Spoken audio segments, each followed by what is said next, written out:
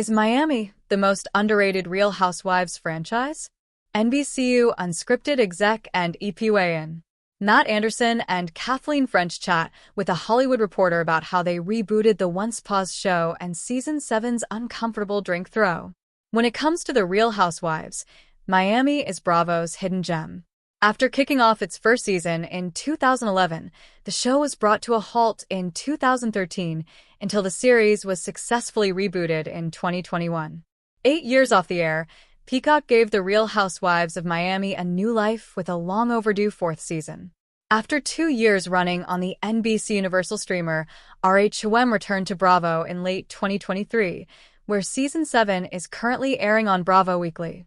Miami has everything viewers could ask for out of a Real Housewives franchise, but there's a notable lack of presence and admiration for the franchise compared to its sister series.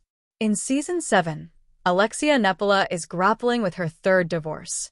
Lisa Hochstein is reeling from the loss of her father. Julia Lemigova recently adopted twins with her wife, Martina Navratilova.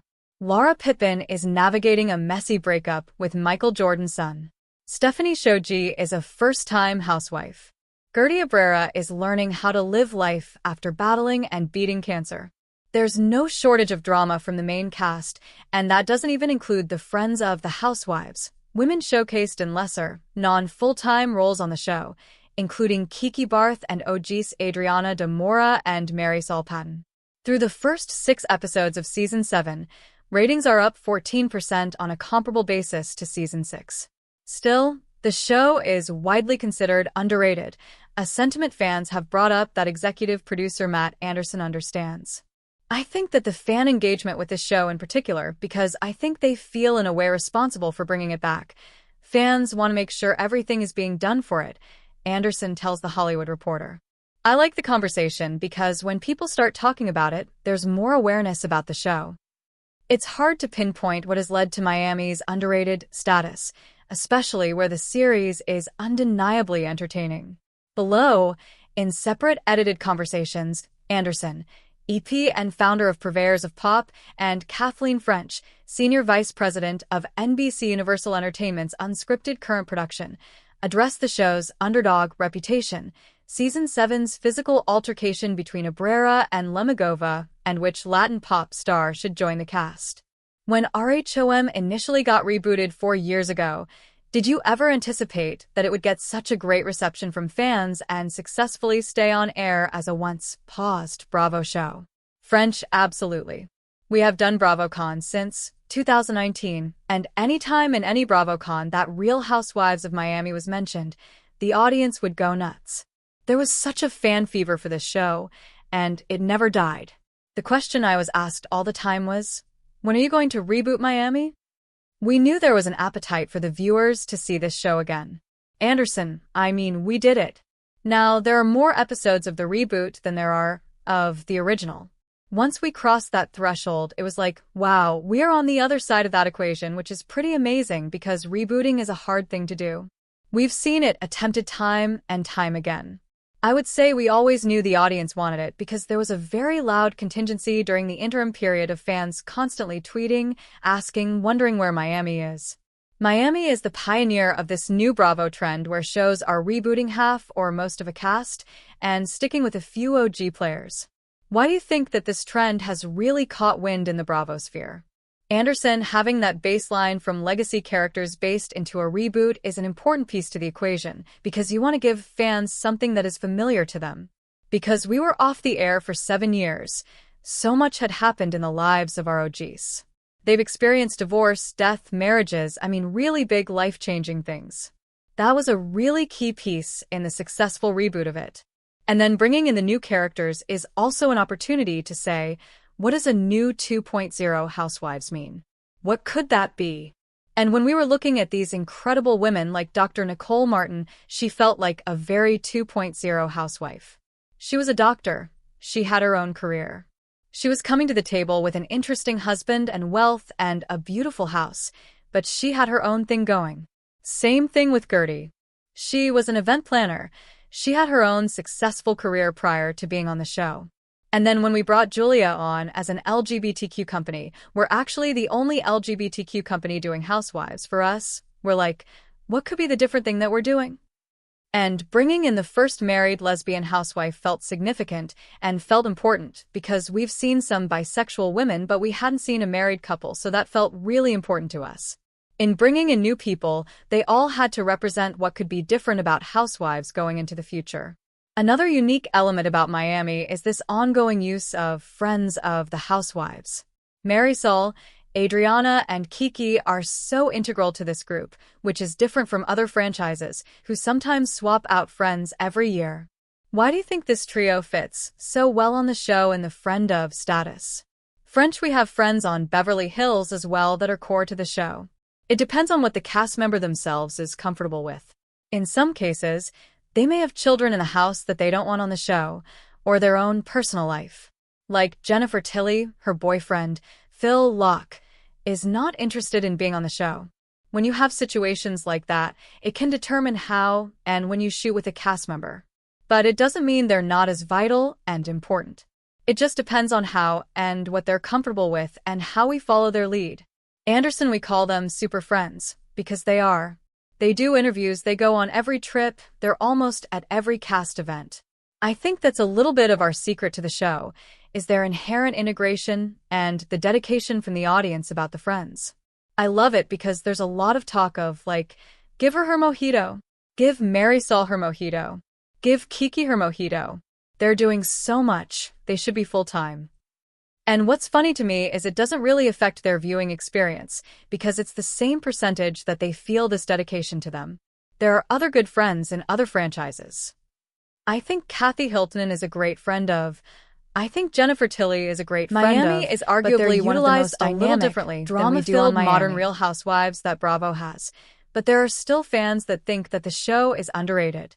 Why do you think that Miami has this reputation of being underrated compared to other Real Housewives franchises? Anderson, it's a good question. I think that the fan engagement with this show in particular, because I think they feel in a way responsible for bringing it back. Fans want to make sure everything is being done for it. And so the amount of engagement, whether it's fans saying we should have all these promos and everything, Bravo is doing the same amount of promo for our show. But I like the conversation around it, because when there's the conversation around it, people start talking about it and there's more awareness about the show, to be honest with you. So I don't mind it. And there's something about being the underdog that gives you a chance to exceed those expectations, which I feel like this season does. And so when people talk about it, they're like, oh my God, the wit or the humor, the amount of luxury. There's a lot of dialogue about that online, and I'm really proud about that. From the outside looking in, it appears like the marketing rollout varies by franchise. There's been this conversation amongst fans that a Miami housewife wasn't featured on Watch What Happens Live during the premiere, and it feels like the marketing strategy for Miami might be lacking compared to other franchises, like Beverly Hills or the New York. Why do you think that is, and do you agree with that? French, the reason why there wasn't a housewife on Watch What Happens Live is that it was on hiatus during the premiere week. Andy did a throw to it from the Watch What Happens Live couch the week before, saying, be sure and tune in next week to Miami's premiere. So it wasn't a strategy, it was a reality. It was just not available. And then when the show came back for episode 2, Alexia and Marisol were on together. So we're always promoting the show. They all get equal love. We love all our housewives. Do you agree with this sentiment that has been raised by fans that Miami is underrated? French, well, I think we have to build momentum. I think the show is back. We've had longer hiatus times between seasons. It's now getting into a regular schedule of seeing a new season every year now, and I think that's important for fan viewership. But even though we've had the show on the air for a few years, there still was a fairly long hiatus period, so it's almost as if we're rebooting a new series. And the momentum every season is building on itself. It's been a strong, steady build, but I almost look at it like we're building on a new franchise. One of the key pieces of Season 7's story is this breakdown of Julia and Gertie's friendship. We had another pretty uncomfortable moment this season where Julia threw a drink on Gertie. When a physical altercation like this occurs on The Real Housewives, how does production navigate when to step in? French, we have a strong code of respect in the workplace here. We respect it here at Bravo. We expect all our production companies to, and also our cast members. There were strong conversations with Julia afterwards. If you saw Watch What Happens Live on July 30th, she said openly and honestly that there isn't a day that goes by that she doesn't regret having made that choice. She has apologized to Gertie. She's apologized to the production company. I believe her when she says she regrets having done that, so we take it very seriously. We definitely have conversations with our cast members. We don't want to see that occur again in the future, and we expect them to do the right thing and take responsibility and apologize. Anderson, as soon as something like that happens, we gotta step in because we don't support any kind of physical altercations on the show. It's just not a place that the show needs to go. We don't need it. These are dynamic, intelligent, very witty women that can use their words in arguments. We stop it immediately. As soon as it happened, my producer called me, and the first thing I said is, if Gertie doesn't want to be there anymore, release her for the evening. The first thing is to try to make sure people feel safe in a situation. And the next day, we had a lot of conversations. I personally called Julia. I called Gertie to sort of figure out from their perspectives what happened and what is the best path to move forward. Because you want to make sure that everyone feels okay about continuing to shoot the show, because the show is only as good as the cast involvement. We can't make people show up to a place that they don't want to show up to, ultimately, and you want them to show up to a place that they want to be, so that they give the best versions of themselves. Were you shocked that most of the cast was more upset about Gertie sharing her text messages with Julia, as opposed to Julia throwing a drink on Gertie? French, I'm not sure that I saw it quite that way. I thought they were a little more stunned in the moment when the drink throwing happened, and I think that it was a different set of circumstances with Gertie. I mean, she was on a stage making a presentation, so I think they were able to react a little bit more in real time. I think there was a little bit of a shock reaction when they were at Marisol's wedding party. Anderson, there's been some dialogue about that after that episode aired.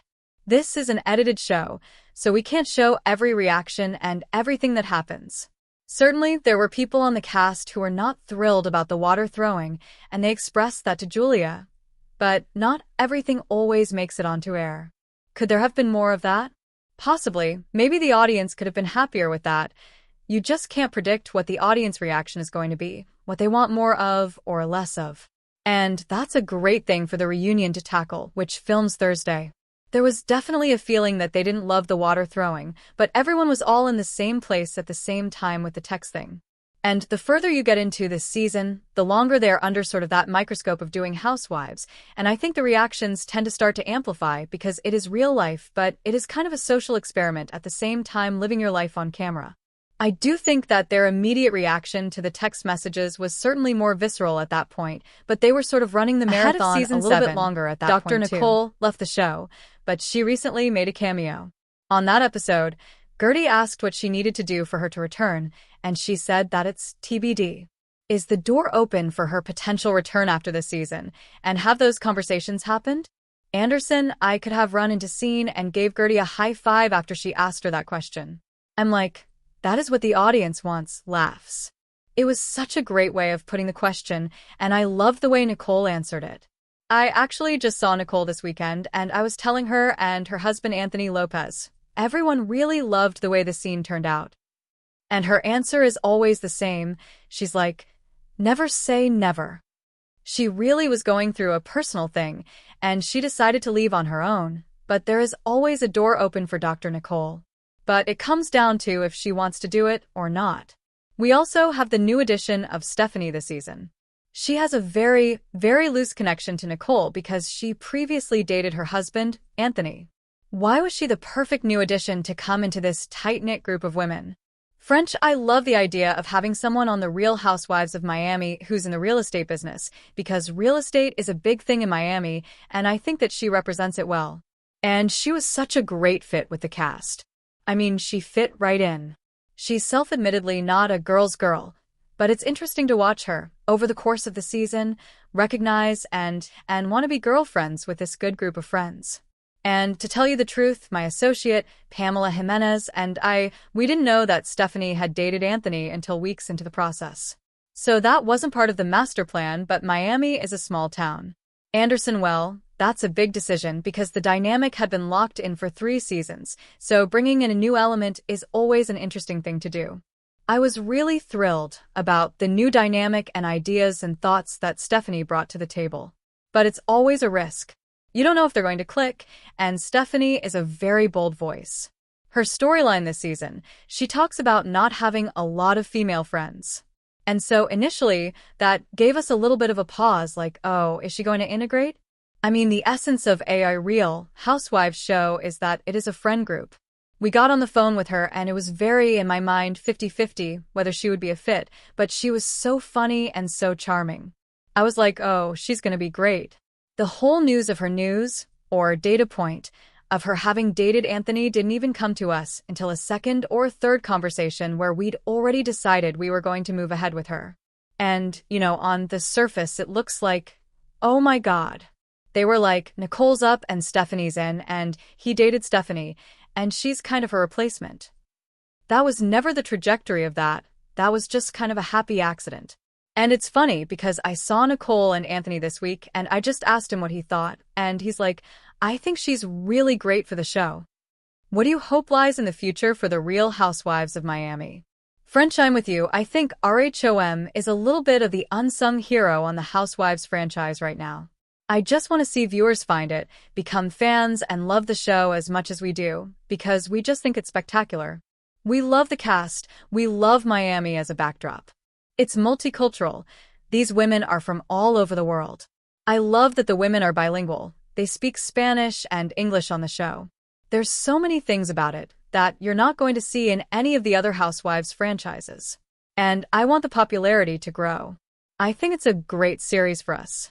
Anderson, well, I have many hopes, but the first and most obvious would be that we go on for many, many seasons.